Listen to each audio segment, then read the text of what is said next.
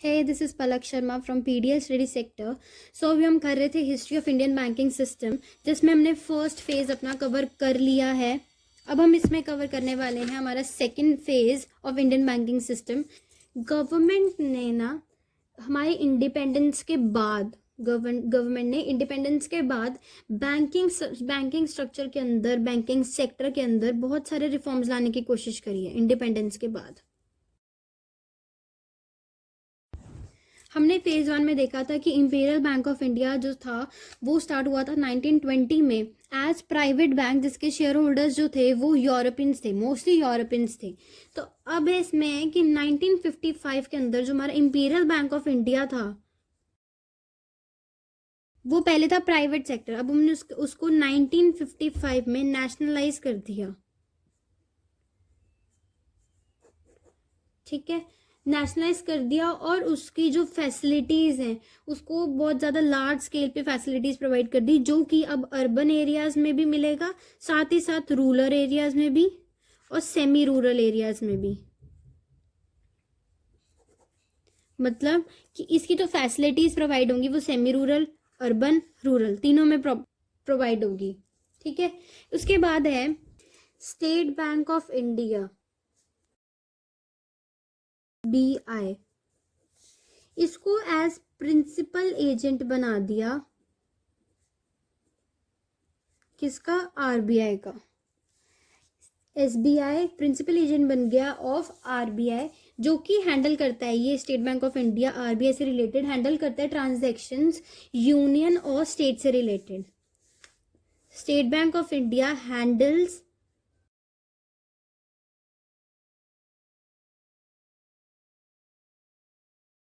All over the country. उसके बाद है 1960 के अंदर 7 बैंक सब्सिडरीज थी SBI की. क्या थी? 7 बैंक सब्सिडरीज थी SBI की, उन्हें भी नेशनलाइज कर दिया 1960 में. ठीक है, फिर 19 जुलाई 1969 के अंदर ज़्यादातर जो मेजर प्रोसेसेस थे, जो नेशनलाइजेशन से रिलेटेड प्रोसेसेस थे, वो इसी दिन हुए थे. नेशनलाइजेशन से रिलेटेड जितने भी प्रोसेसेस थे, मेजर प्रोसेसेस थे, वो सारे 19 जुलाई 1969 में ही हुए थे. 1980 में 7 मेजर बैंक्स और थोड़े से मोर मेजर बैंक्स वो भी नेशनलाइज हुए. मतलब मोस्टली हम लोग जो सेकंड फेज है इसमें नेशनलाइजेशन हो रही है, मोस्टली बैंक्स की नेशनलाइजेशन हो रही है. ये भी इसमें क्या क्या करा है अभी हमने कि गवर्नमेंट ने इंडिपेंडेंस के बाद बैंकिंग सेक्टर में बहुत सारे रिफॉर्म्स लाए. 1959 में इंपीरियल बैंक ऑफ इंडिया जो था उसे नेशनलाइज कर दिया गया, जिसकी वजह से सेमी रूरल, अर्बन और रूरल एरियाज़ के अंदर उनकी जितनी भी हेल्प थी वो प्रोवाइड हो रही थी. State Bank of India SBI principal agent बन गया RBI का, जो कि हैंडल करता है ट्रांजैक्शन यूनियन और स्टेट गवर्नमेंट से रिलेटेड सारी कंट्री के अंदर. 1960 के अंदर सेबी के 7 और सब्सिडरीज थी, उन्हें भी नेशनलाइज कर दिया गया. 19 जुलाई 1969 के अंदर मोस्टली नेशनलाइजेशन से रिलेटेड जितने भी प्रोसेसेस थे वो इसी दिन हुए थे. 1980 के अंदर 7 और बैंक्स नेशनलाइज हो गए. अब हम करने वाले हैं, मतलब अब सिर्फ वो स्टेप्स देखेंगे जो गवर्नमेंट ने रेगुलेट करे हैं बैंकिंग इंस्टीट्यूशंस में कंट्री के अंदर. ठीक है, इसमें अराउंड 6, 7, 8 डेट्स या ईयर्स हैं, वो हमने देखनी है. ठीक है, मतलब ईयर्स जो है वो हम ईयर वाइज पढ़ेंगे. ठीक है, मतलब जैसे 1, 2, 3, 4 ये नहीं उल्टे फुल्टे नहीं याद करेंगे, ईयर वाइज याद करेंगे ताकि हमें ईजिली याद हो जाए. और उसमें मोस्टली हमने फर्स्ट फेज में करे हुए हैं. ठीक है, steps taken by government to regulate banking institutions in the country. तो सबसे पहले है 1949. अगर याद हो, पिछली वीडियो ध्यान से देखी हो, तो 1949 के अंदर हमने बैंकिंग रेगुलेशन एक्ट स्टार्ट किया था. उसके बाद है 1955, ये तो अभी हमने अभी पढ़ा है कि हमने इसमें SBI state Bank of India को नेशनलाइज किया था. फिर हमने करना 1959 में अभी किया है पीछे ही कि SBI के जो 7 सब्सिडरी बैंक्स थे उन्हें हमने नेशनलाइज किया था. फिर 1961 के अंदर हमने जो भी इंश्योरेंस कवर्स हैं उन्हें एक्सटेंड कर दिया था डिपॉजिट्स के लिए।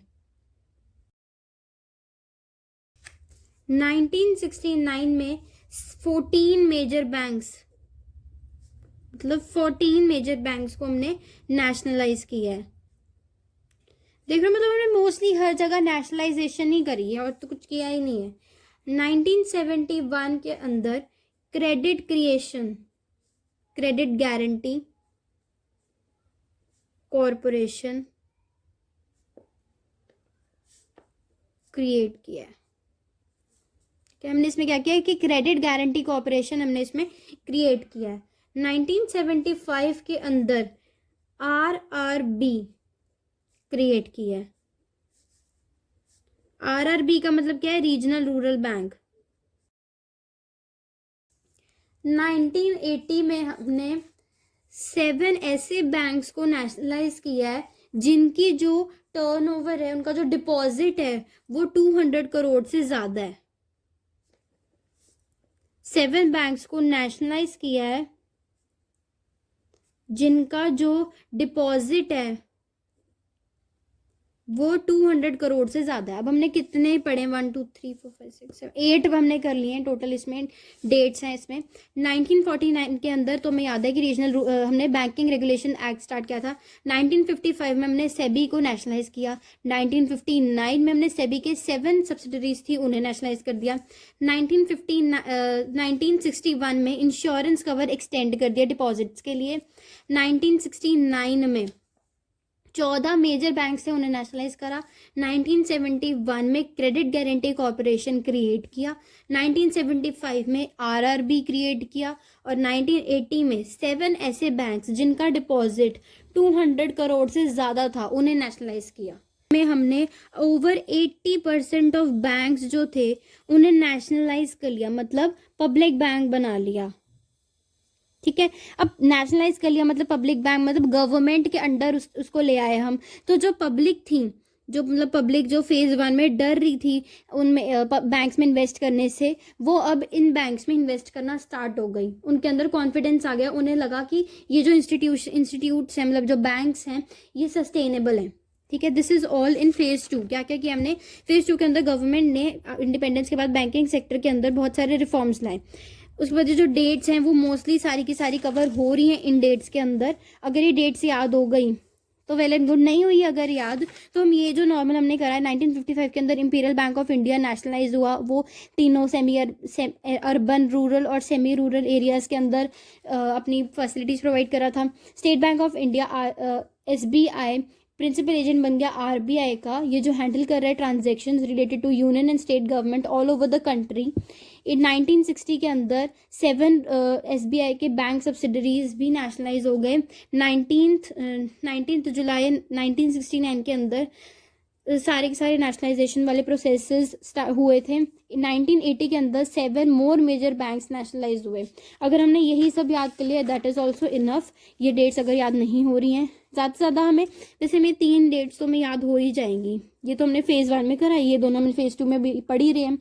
आगे 2-4 ही बची, वो कर देख लेना हो जाए तो। ठीक है, उसके बाद है कि 80% ऑफ बैंक्स जो हैं वो इस फेज के अंदर नेशनलाइज ही हुए हैं, जिसकी वजह से पब्लिक के अंदर कॉन्फिडेंस आ गया है।